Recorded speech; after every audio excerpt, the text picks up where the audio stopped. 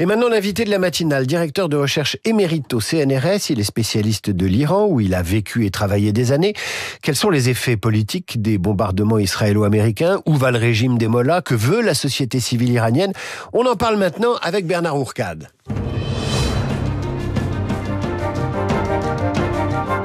Bernard Ourcade, bonjour. Bonjour. Merci d'être avec nous ce matin et de venir parler aux auditeurs de Radio Classique. J'ai omis de préciser que vous avez dirigé, entre autres, l'Institut français de recherche en Iran pendant 15 ans. Première question, quelles sont les conséquences politiques des bombardements israélo-américains sur le pouvoir politique iranien? Maintenant, on a un peu de recul.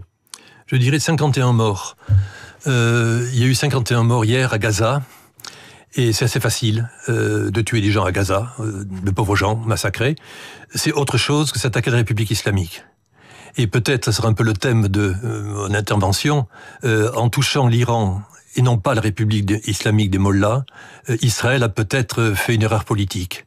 Parce qu'effectivement, l'Israël a réveillé le nationalisme iranien, qui fait l'unité, non pas de la République islamique, qui fait l'unité de la population iranienne. On parlait que le peuple iranien allait se révolter. Ça ne se fait pas comme ça. Ce sont des étapes. Et le bombardement de l'Iran, de la nation iranienne, de l'État iranien, d'un bout à l'autre du territoire pour la première fois de l'histoire, a unifié, réuni tous les Iraniens qui n'aiment pas la République islamique, mais qui disent que désormais, il y a un enjeu prioritaire et ils retrouvent des valeurs communes qu'ils n'avaient pas retrouvées depuis fort longtemps. Ce sentiment nationaliste, il est permanent et il existe avant la révolution iranienne de 1979 et il ressurgit à la faveur des événements géopolitiques? Il n'a jamais cessé d'exister et d'être fort.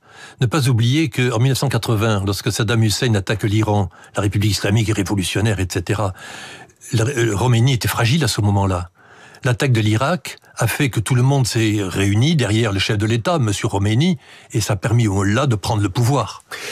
Parlons de l'avant et de l'après. La situation politique avant ces bombardements, on est sur un Iran qui s'apprête à négocier sur le nucléaire avec les États-Unis en espérant une levée des sanctions économiques. Et puis parlons de l'après. Est-ce que vous pouvez nous faire le jeu des 7 différences? Donc, quelques jours avant l'attaque, Israël voyait effectivement que Donald Trump ne jouait pas forcément dans le camp d'Israël. Il soutient Israël, c'est évident. Mais il négocie avec l'Iran. Comme en 2015 l'avait fait Obama et les Américains. C'est pour Israël un danger existentiel, je dirais. D'avoir un Iran gueulard contre Israël, etc. Bon, c'est très désagréable, ça mange pas de pain. Mais de voir qu'aujourd'hui, la République islamique est fragilisée et que le peuple iranien reprend d'une dynamique importante, 92 millions d'habitants, la société la plus instruite du Moyen-Orient, ils ont tué une dizaine de professeurs de physique et de mathématiques, il y a 15 000 chercheurs qui travaillent sur le nucléaire, donc c'est autre chose. Et donc l'Iran national est en train de reprendre le dessus, et pour Israël c'est important. Et donc ce qui est intéressant, c'est de voir que l'attaque israélienne a certes affaibli la République islamique. Mais regardez le cas des gardiens de la Révolution. Les gardiens de la Révolution ont échoué. Ils ont été battus à plate couture. Ils ont dû quitter le Hezbollah, abandonner le Hezbollah, abandonner Bachar el-Assad. Leur milice en Irak ne fonctionne plus. Les Houthis travaillent de leur côté. Ils étaient vaincus. Ils étaient morts. Et on attendait depuis quelque temps qu'il se passe des choses. Qui es-tu, toi, gardien de la Révolution? Tu étais un héros, aujourd'hui tu es un vaincu, tu es nul. Ils ont été tués. Ils sont devenus des martyrs. Et il y a eu des manifestations importantes, même de gens qui étaient contre eux. Ils vont pas les pleurer. Mais sont des généraux de la République, quand même. Vous voulez dire que les gardiens de la Révolution, qui ont accompagné la révolution de Khomeini en 79 et qui étaient le bras armé, c'est devenu une milice ou le quasi-militaire, en fait, ces gens-là étaient très affaiblis stratégiquement avant les bombardements par rapport à ce qui s'était passé au Liban, en Syrie et ailleurs. Et vous dites que les bombardements leur redonnent une légitimité par rapport au régime des mollahs? Tout doucement. C'est-à-dire, ils étaient honnis, et ils le sont toujours, parce qu'ils sont encore très importants et très puissants, et ils pourraient toujours reprendre le pouvoir. Mais qui sont-ils aujourd'hui? On constate qu'ils ne sont pas grand-chose. Mais on maintient quand même le fait que quand le Hezbollah était là et menaçait Israël de façon absolument dramatique, l'Iran n'a pas été attaqué. Le jour où le Hezbollah est détruit, et le Hezbollah, c'est la création des gardiens de la Révolution. Ces gardiens de la Révolution et le Hezbollah ont protégé l'Iran pendant 40 ans. Le jour où ils disparaissent, l'Iran est bombardé, 15 jours plus tard. J'ai une question. On est tous très étonnés par le niveau de pénétration du Mossad dans la société iranienne, ou en tout cas dans des endroits stratégiques. Comment expliquez-vous cette passoire iranienne ? La République islamique est fragilité de l'intérieur. Pendant que les forces de sécurité, entre guillemets, couraient après les filles qui avaient un mauvais foulard, ils ne regardaient pas Israël, qui est un pays assez sérieux, introduire tout un réseau d'espionnage et de groupes militaires à l'intérieur du pays. La République islamique vieillissante était obsédée par le pouvoir des filles, paniquée par cette révolte des femmes. Ils n'ont pas su quoi faire. Ils en ont tué 200, 300, 400, 500. Ils ne savent pas quoi faire. Et donc, au lieu de regarder la réalité, au lieu de dire « non, j'ai le Hezbollah qui va garantir tout, je suis assez fort », ils n'ont pas vu de l'intérieur qui étaient les espions. Et donc, les espions, pour eux, c'était un universitaire, c'était votre serviteur, qui est accusé évidemment d'espionnage et interdit de séjour en Iran comme tout le monde. Ils n'ont pas vu la réalité. Et donc, ça montre encore leur fragilité de l'intérieur. Ils n'arrivent plus qu'à rassembler, à ramasser le fruit mûr. Le problème, c'est qu'Israël, maintenant, a redonné un sursis à la République islamique. Tout le monde, l'effet du drapeau, ont été attaqués.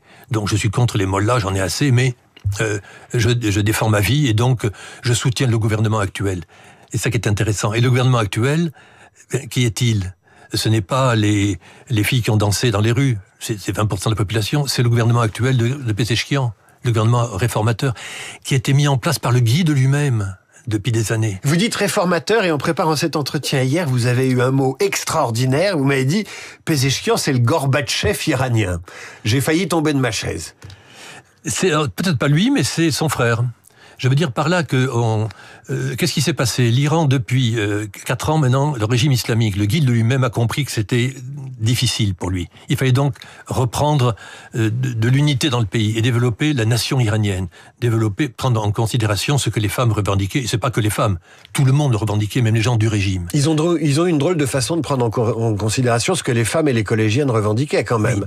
En les gazant, en leur tapant dessus, en les tuant. Première réaction, ils ont dit que c'est pas la solution. Ouais. Et ce qui est intéressant, c'est que le guide lui-même, contraint et forcé, il n'est pas d'accord avec ça. Mais à plusieurs reprises, Khomeini a arrêté la guerre avec l'Irak. Khamenei, le guide actuel, a signé l'accord de 2015 sur le... Bon.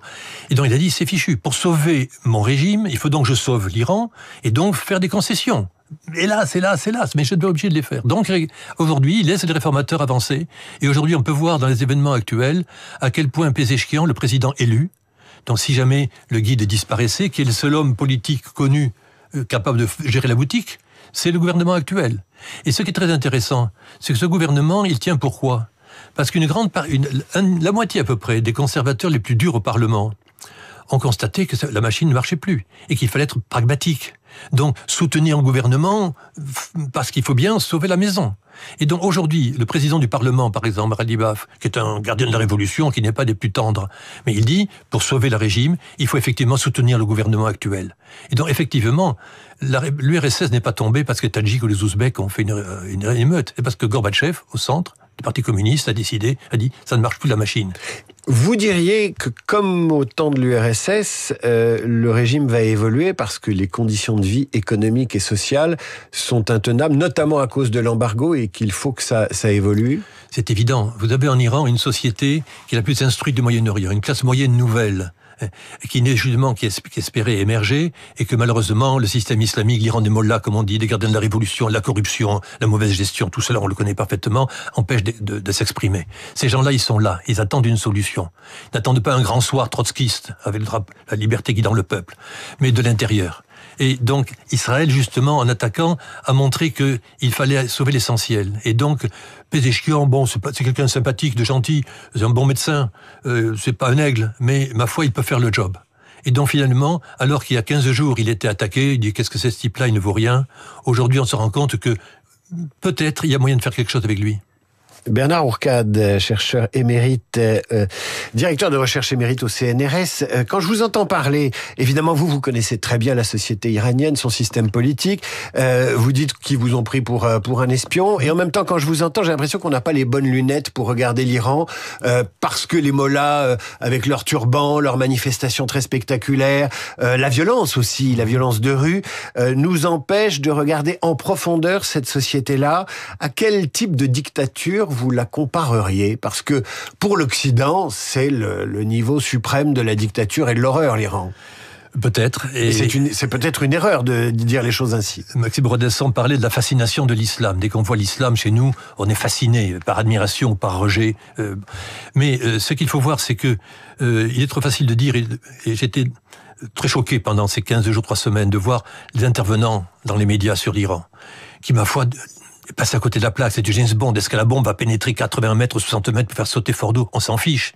Parce que les Iraniens ont 15 000 chercheurs sur le nucléaire, donc ça prendra 1 an. Mais si le gouvernement iranien, quel qu'il soit, veut faire une bombe, il peut la faire. Comme l'Allemagne, le Japon ou l'Afrique du Sud. C'est pas la question.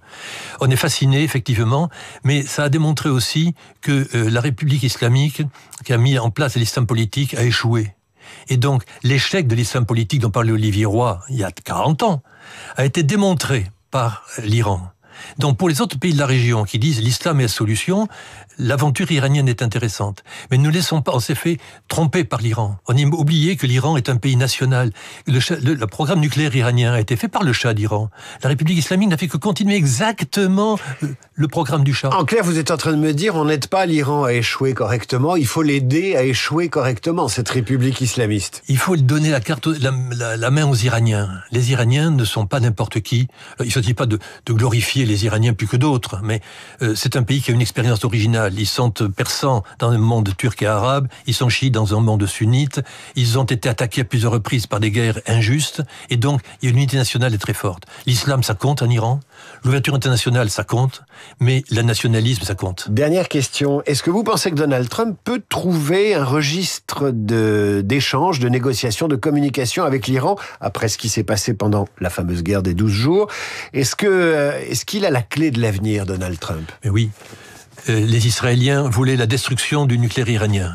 Et la guerre était pour ça. Ils ne pouvaient pas le détruire. Trump leur a dit, écoutez, je vous détruis les Iraniens, après fichez-moi la paix, je veux discuter avec les Iraniens. Il bombarde Fordo, etc. Il dit aux Israéliens, regardez, le nucléaire c'est fini. Laissez-moi tranquille maintenant, je veux discuter avec les Iraniens, pays de 92 millions d'habitants, qui a du pétrole et du gaz à savoir qu'en faire, et qui va être une clé de lecture pour tout le Moyen-Orient à venir. Et donc, la parole aujourd'hui, aux 92 millions d'Iraniens, arrêtons de parler de la République des mollahs, paix à son âme, ou qu'il a eu le diable. Bernard Ourcade, merci. Je rappelle que vous êtes directeur de recherche émérite au CNRS, spécialiste de l'Iran. À bientôt. On suivra ce dossier iranien de très près à Radio Classique. À suivre le rappel des titres, la revue de presse d'Hervé Gattegno et nos esprits libres, Cécile Cornudet et Christophe Barbier, Radio Classique.